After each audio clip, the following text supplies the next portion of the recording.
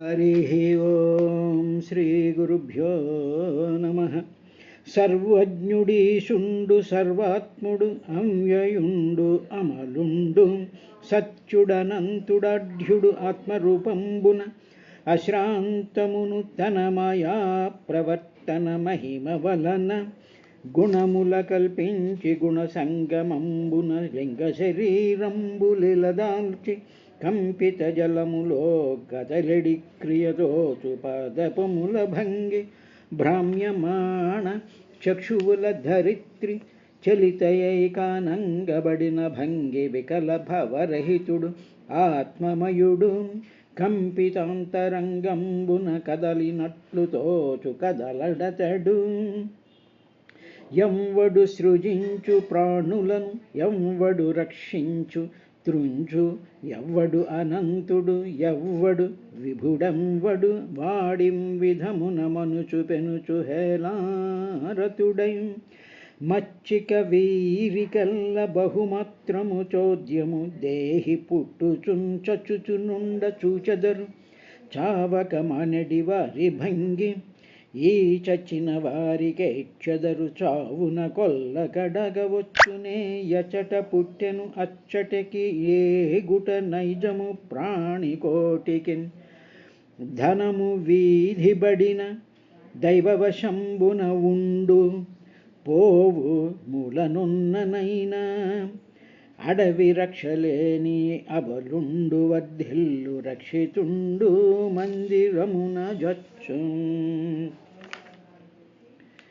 ఎందాక ఆత్మదేహమునొందెడు అందాక కర్మయోగములటపై చందవు మాయాయోగ స్పందితులై రిత్త జాలిపడ ఏమిటికిన్ పరులెంవరు తామెవ్వరు పరికింపగా ఏకమగుట భవింపరు తత్పరమజ్ఞానములేమిని పరులను మేమనుచు దోచు ప్రాణుల కల్లన్.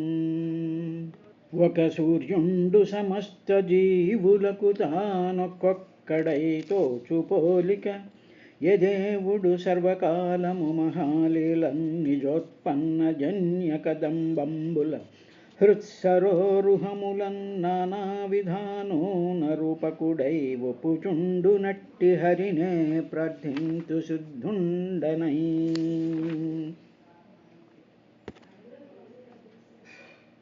వాయువసంబులయ్యగసి వారి ధరంబులు మెంట కూడుచుంపాయుచునుండు కైవడి ప్రపంచము సర్వము కాలతంత్రమై పాయుచు కూడుచుండు ఒక భంగి చెరింపదు కాలమన్నియుంజేయుచునుండు కాలము విచిత్రము దుస్తరమెట్టి వారికి.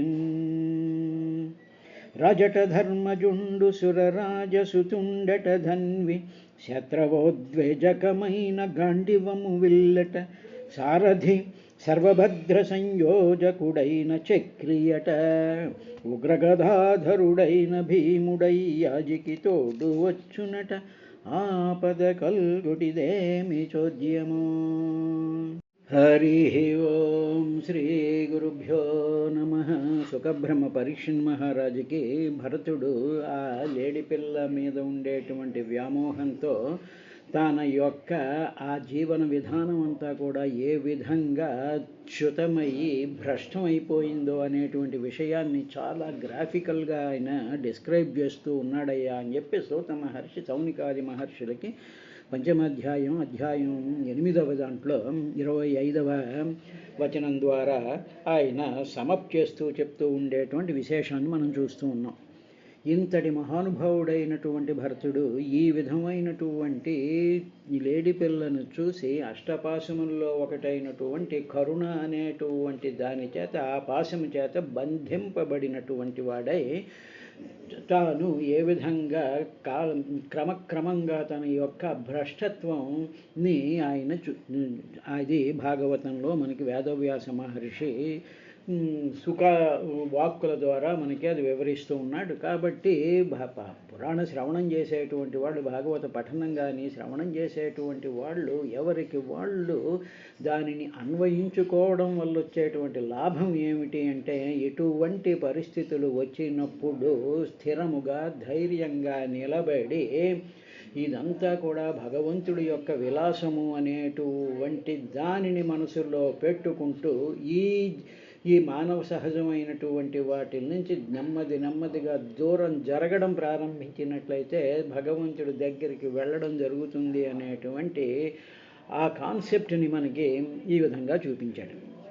ఇంతటి మహానుభావుడైనటువంటి ఆయన తప్యమాన హృదయస్థల నలినీకం అంటే ఏమిటి? తన హృదయం నలిని అంటే తామర పువ్వు లాంటి తన హృదయం అంతా కూడా తప్యమానం అయిపోతూ ఉంటే, సాయంత్రం అయిపోయింది, అద్భుతంగా చంద్రుడు ఉదయిస్తూ ఉన్నాడు, అద్భుత శాంతాన్ని, అమృతాన్ని, ఆనందాన్ని, వెలుగుని ఇచ్చేటువంటి ఆ చంద్రకాంతి కూడా ఈయన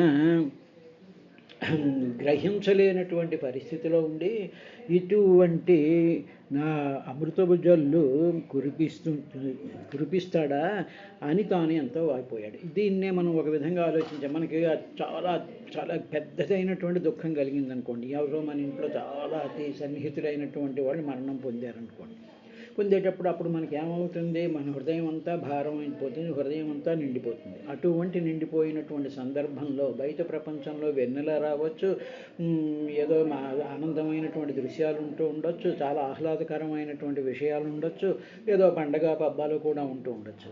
కానీ మన హృదయం అంతా కూడా ఆ బాధతో నిండిపోయినప్పుడు అటు పండగలు కానీ, ఆహ్లాదకరమైనటువంటివి కానీ, మిత్రులు కానీ, వీళ్ళు కానీ, ఇంకా వాటి యొక్క స్ఫురణ మనకి ఉండకుండా ఈ దుఃఖం అనేటువంటిది, ఆవేదన అనేటువంటిది అడ్డం కప్పేస్తుంది. కాబట్టి ఇది సహజంగా జరిగేటువంటి విశేషం. కాబట్టి ఇదన్నీ సహజము, ఇది న్యాచురల్ మానవులం కాబట్టి అని చెప్పి మనం వాటికి లొంగిపోతూ ఉంటే బాహ్య ప్రపంచంలో ఉండేటువంటి పరమాత్మ తత్వం దగ్గరికి వెళ్ళడానికి ఇవన్నీ కూడా ఆటంకాల కింద మనకి కలుగుతూ ఉంటాయి అనేటువంటి విషయాన్ని సుఖమహర్షి చెప్పదలుచుకున్నాడు. కాబట్టి ఇటువంటి విశేషాల నుంచి మనం తప్పించుకోవాలి అంటే ఏమిటి అంటే, మనం నిరంతరము కూడా భగవంతుడి యొక్క ధ్యానం, భగవంతుడి యొక్క నామస్మరణ, భగవత్ సంబంధమైనటువంటి విశేషాలని మనం నిరంతరము కూడా మనసులో పెట్టుకుని సత్సంగంలో వాటి గురించి మాట్లాడుకుంటూ అవే నిత్యము, అవే సత్యము అనుకుని అనేటువంటి ఎన్విరాన్మెంట్ మన చుట్టూ కానీ మనం నిర్మించుకున్నట్లయితే అప్పుడు రెండు విషయాలు ఏమి జరుగుతాయండి. ఒకటి, మనం కింద పడిపోం, మనం చ్యుతం అమ్మం ఒకటి. ఇక రెండోది ఏమిటవుతుందంటే, భగవద్ విషయం మన మనసులో ఉన్నప్పుడు మనకు ఏ విధమైనటువంటి ఆపదలు కూడా మనకు రావు. ఇది చాలా ఇంపార్టెంట్, ఇది గ్రహించాలి.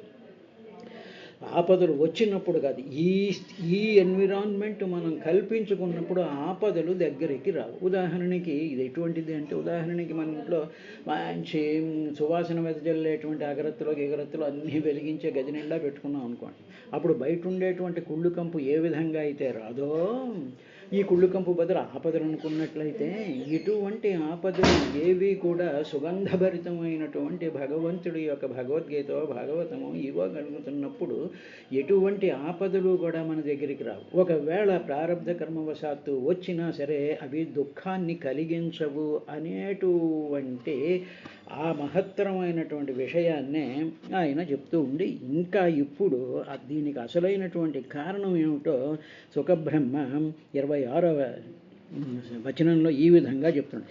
ఏమఘటనమాన మనోరథాకుల హృదయో మృగదారకాభాసేన స్వ ఆరబ్ధకర్మణ యోగారంభణతో విభ్రంసిత స యోగ తాపసో భగవదారాధనలక్షణాచ్చ కథమితరధా జాత్యంతర ఏణ కుణక అసంగ సాక్షా నిశ్రేయస ప్రతిపక్షతయా ప్రాక్పరిత్యక్త దుస్త్య జ హృదయాభిజాతస్య తస్యైవం అంతరాయ విహత యోగారంభణస్య రాజర్షేర్భరతస్య తావన్మృగార్భక పోషణ పాలన ప్రేణన లాలన అనుషంగేణ విగణయత ఆత్మానం అహిరివాఖు బిలం దురతిక్రమ కాల కరాల రభస ఆపద్యత. ఇక్కడ అద్భుతమైనటువంటి విశేషాన్ని చెప్పాడు సుఖం బ్రహ్మ. ఇక్కడ చెప్పినటువంటిది ఏమిటి అంటే భక్తి యోగాన్ని తర్వాత అనుష్ఠిస్తూ తపస్సు చేసుకునేటువంటి ఆ రాజర్షి అయినటువంటి భరతుడి యొక్క మనోరథం సిద్ధించలేదయ్యా పరీక్షితు అన్నాడు. ఇప్పుడు ప్రస్తుతం భరతుడి యొక్క మనోస్థితి ఏమిటి?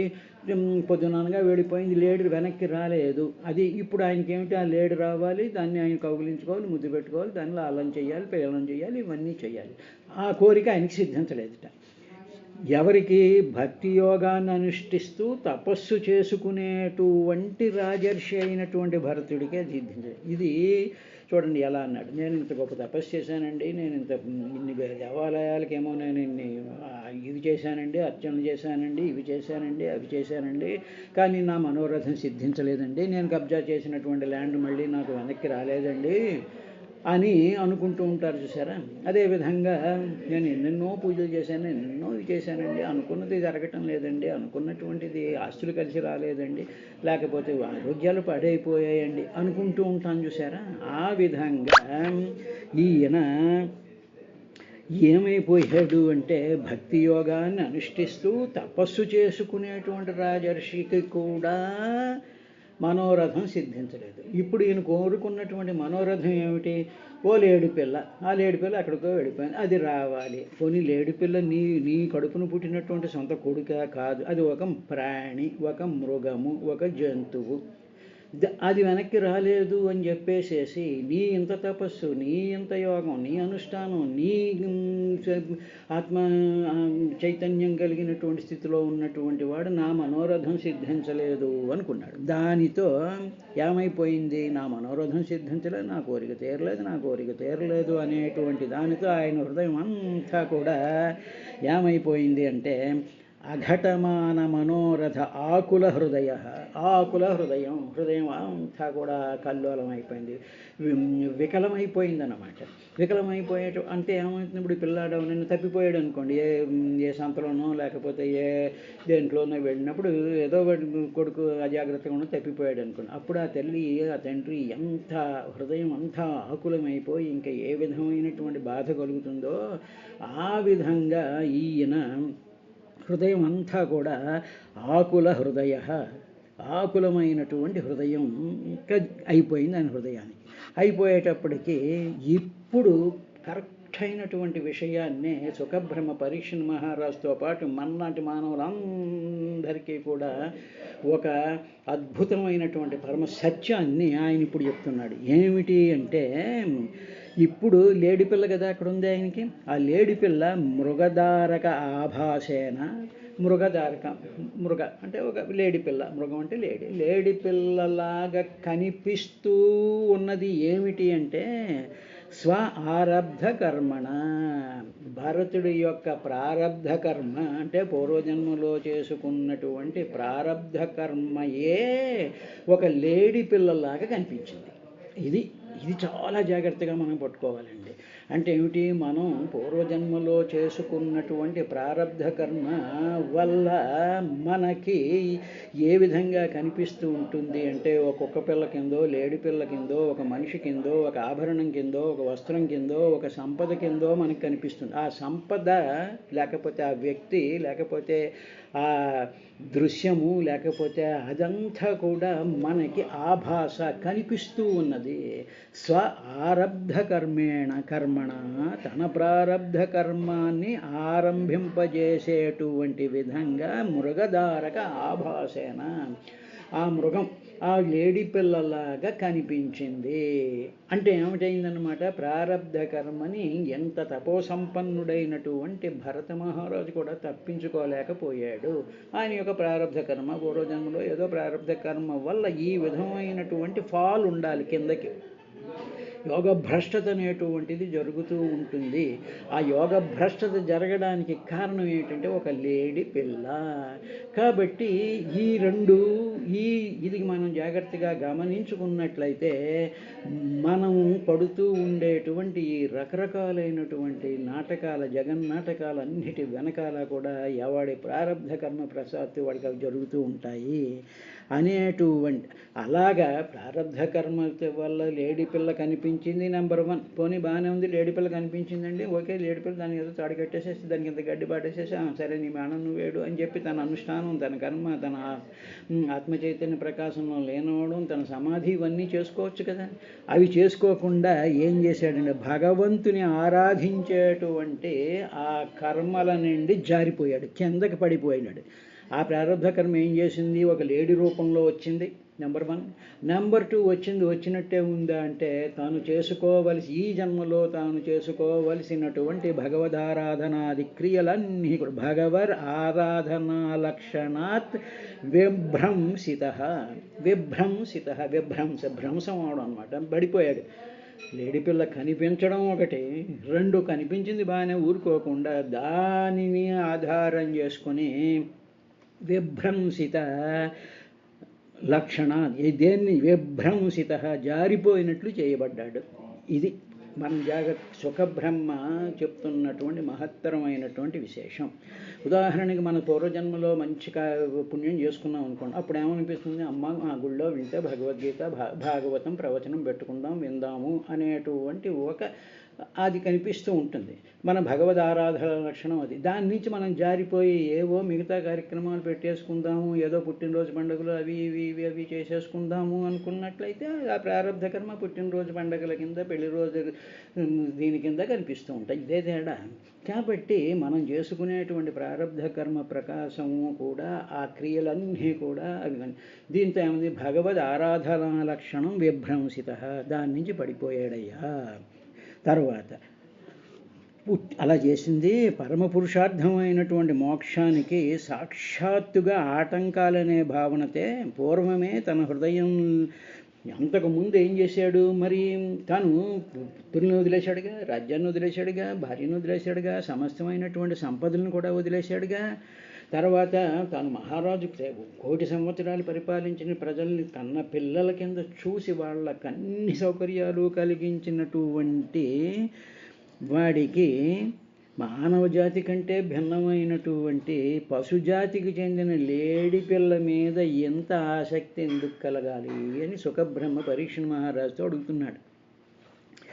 ఏమిటే కథం ఇతరధా జాత్యంతరయాణ కుణక అసంగ సాక్షా నిశ్రేయస ప్రతిపక్షతయా అన్నాడు. అంటే ఏమిటన్నమాట, ఇలా జారిపోవడం ఇతరధ అట్లు కాని, అంటే ఏమిటి, ప్రారంధ కర్మ ప్రకారం కాకపోయినట్లయితే ఆ ప్రారంధ కర్మవశాత్తు ఇవన్నీ జరిగాయి కాబట్టి అలాగ కాకపోయినట్లయితే నిశ్రేయస ప్రతిపక్షతయా అంటే ఏమిటి, నిశ్రేయసం అంటే మోక్షం అన్నమాట.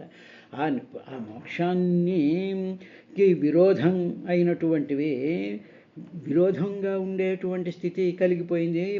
తర్వాత మానవ జాతి కన్నా విభిన్నమైనటువంటి ఒక మృగం కుణుక, కుణక అంటే ఒక లేడి పిల్ల.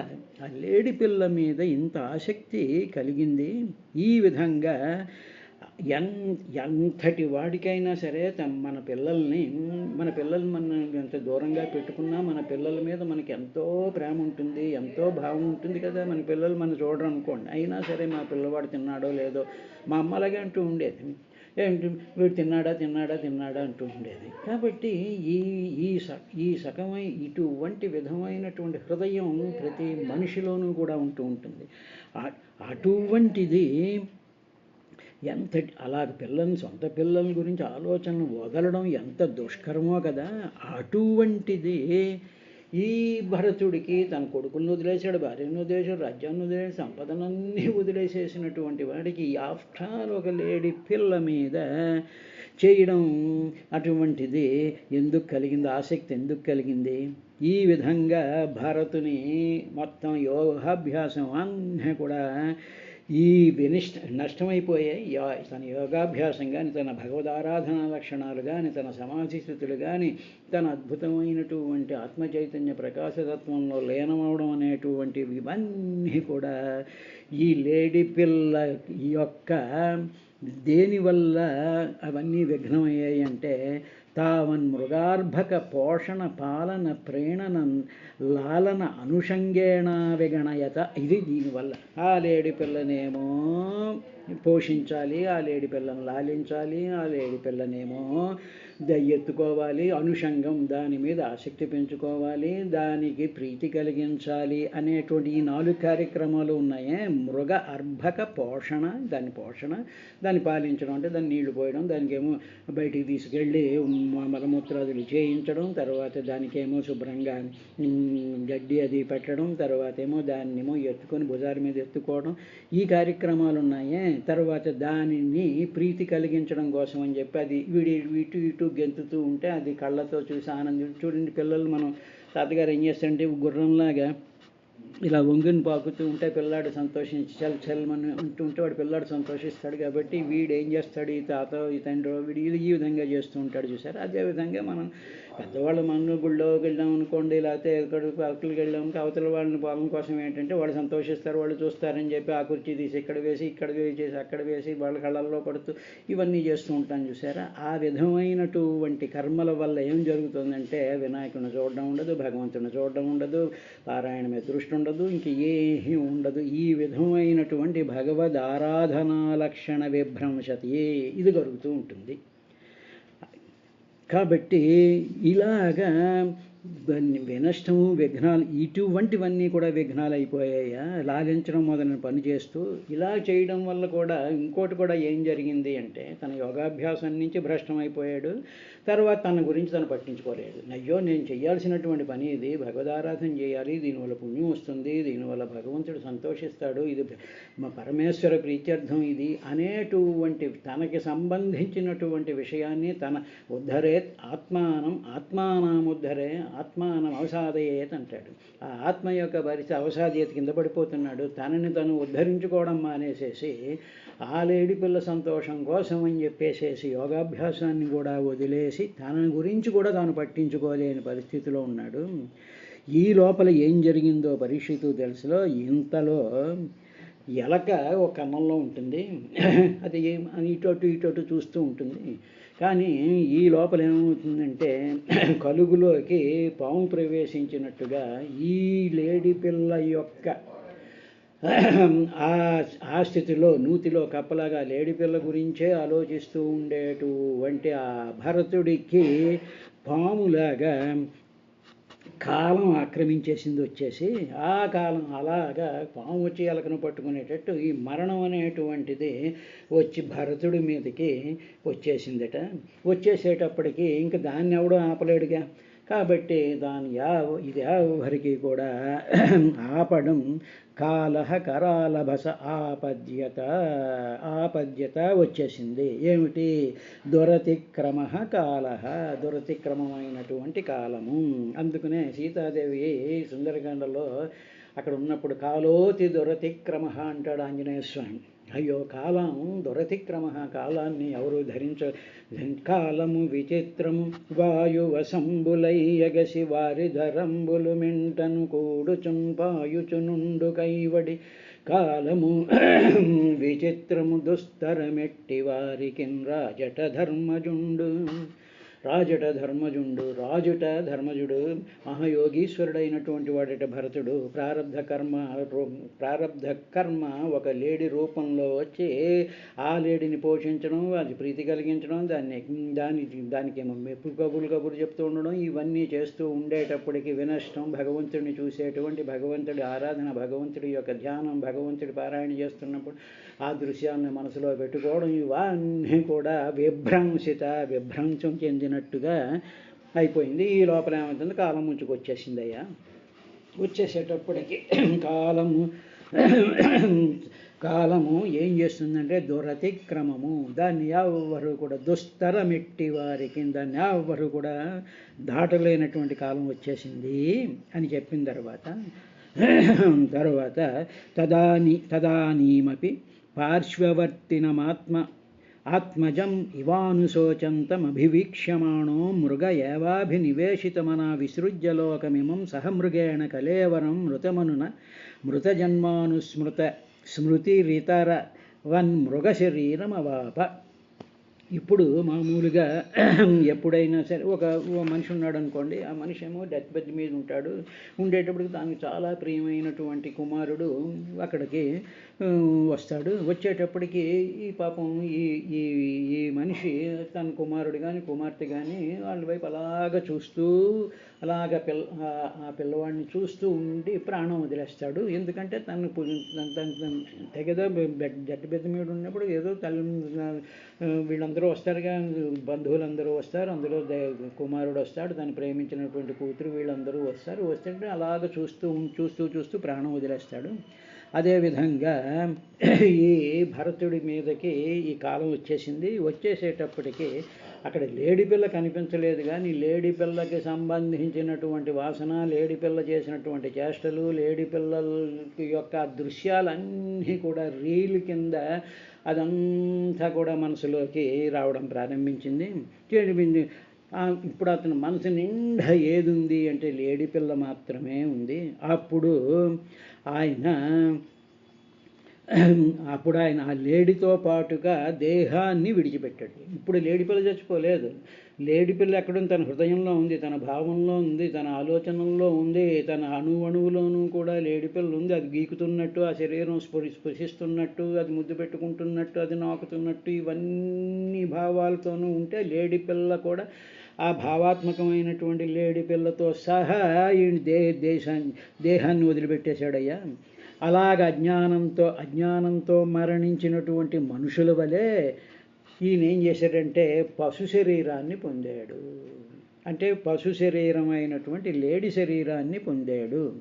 సాధారణంగా మానవులు కానీ దేహాన్ని వదిలినప్పుడు వాళ్ళకి పూర్వజన్మ శృతి ఉండదు. కానీ భరతుడు చేసుకున్నటువంటి పుణ్యకర్మల వల్ల, ఆ వాసనల వల్ల ఆయనకి పూర్వజన్మ శృతి మాత్రం పోలేదన్నాడు. రేపటి కార్యక్రమంలో ఏం జరిగింది అనేటువంటి విశేషాన్ని చూద్దాం.